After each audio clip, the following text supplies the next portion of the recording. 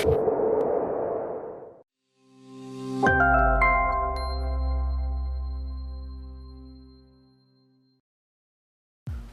adik-adik semua, selamat pagi, atau selamat siang, atau selamat sore bagi yang praktikum. Berikutnya adalah saya akan menjelaskan tentang acara 3, yaitu pengukuran konsentrasi gas-gas dalam ruang bangunan pertanian. Jadi kita tahu bahwa bangunan pertanian itu menghasilkan banyak sekali gas ya. Jadi kandang misalnya menghasilkan gas amoniak, tapi dalam satu keperluan tertentu justru dibutuhkan adanya gas-gas tertentu yang sedikit misalnya. Contohnya dalam CA storage, penyimpanan untuk produk-produk pertanian itu membutuhkan oksigen yang kecil supaya respirasinya rendah. Kalau respirasinya rendah, maka produk yang disimpan akan awet. Nah, contoh di belakang ini adalah cold storage. Ya. Meskipun ini tidak ada pengaturan gasnya, ini diatur suhunya. Ya. Contoh yang lain itu misalnya rumah kaca. Ya. Rumah kaca yang untuk nanam tanaman, dindingnya tertutup, atapnya tertutup, sehingga gasnya, terutama CO2, itu akan mudah turun. Jadi CO2-nya akan mudah turun, kenapa? Karena CO2 dipakai untuk fotosintesis. Sehingga kalau tidak ada masukan CO2 di dalam rumah kaca tersebut, gas CO2-nya akan berkurang, pertumbuhan tanamannya akan jelek. Nah, oleh karena itu, di dalam bangunan pertanian itu kita perlu mengukur konsentrasi berbagai macam gas. Nah, ini nanti pada acara 3, Anda akan mengukur gas-gas di dalam berbagai macam bangunan pertanian.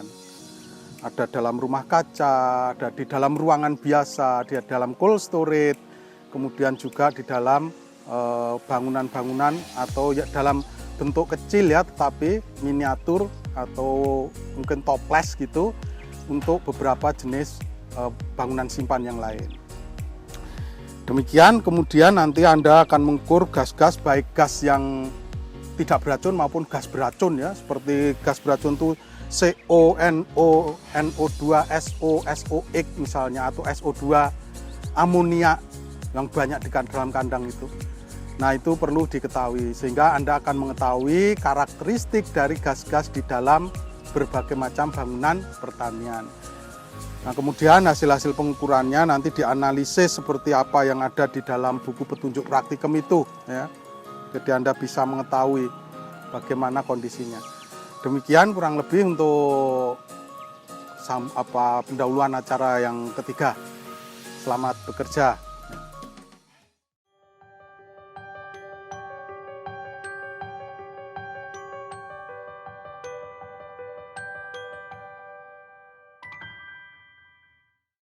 Assalamualaikum warahmatullahi wabarakatuh. Om Swastiastu, Namo Buddhaya, Salam Kebajikan. Selamat siang teman-teman praktikan RLBP acara 3. Saya Yesika Mailiana Widyastuti akan menemani teman-teman untuk mengikuti serangkaian acara 3. Alat yang digunakan pada praktikum acara 3 adalah termohigrometer, anemometer, alat pengukur gas NOx, alat pengukur gas SOX, lalu ada alat pengukur gas etilen, lalu ada alat pengukur gas O2, gas CO2, timbangan, lalu ada toples, lalu ada grout chamber, dan ada rumah kaca. Lalu yang terakhir adalah cold storage. Sedangkan bahan yang digunakan adalah buah pisang, gas etilen, dan gas nitrogen. Pada acara 3 praktikum RLBP ini dibagi menjadi 2 jenis pengukuran, yaitu pengukuran kondisi gas-gas dalam ruangan, serta yang kedua adalah pengukuran perubahan komposisi gas dalam ruang simpan.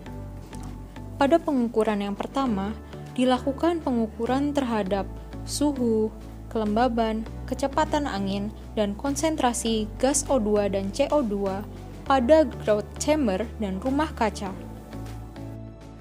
Dalam pengisian gas nitrogen di dalam toples, kita harus memutarkan bagian yang berada di atas tabung nitrogen. Setelah itu, selang yang ada pada tabung nitrogen kita letakkan di dalam toples dan dialirkan ke dalam toples, sehingga udara dalam toples dapat keluar dan terisi gas nitrogen. Setelah itu, toples ditutup dengan plastisin dan isolasi. Selanjutnya adalah pengukuran gas O2 dan CO2. Pengukuran tersebut dilakukan dengan cara mengalibrasi alat pengukur O2 dan CO2. Setelah alat terkalibrasi, lalu kita masukkan selang ke dalam toples yang telah berisi pisang dan gas-gas yang akan diukur. Setelah itu, kita tunggu hasilnya, lalu kita catat. Sedangkan pada pengukuran perubahan komposisi gas dalam ruang simpan, digunakan khusus untuk ruang cold storage, ruang controlled atmosphere storage, dan ruang pemeraman buah dengan dan tanpa penambahan etilen, lalu diamati perubahan suhu, kelembaban, dan konsentrasi gas O2, CO2, C2H4 untuk setiap harinya selama 1 minggu berturut-turut dengan 3 kali ulangan. Pada pengukuran perubahan komposisi gas dalam ruang simpan, juga dilakukan penimbangan berat buah pisang yang telah disimpan dan diamati secara visual kondisi dan warna kulit buahnya selama 7 hari berturut-turut dengan ulangan 3 kali. Terima kasih untuk teman-teman praktikan yang telah mengikuti serangkaian acara 3 di dalam video ini. Akhir kata, saya mohon maaf apabila ada kesalahan kata maupun tindakan. Wassalamualaikum warahmatullahi wabarakatuh.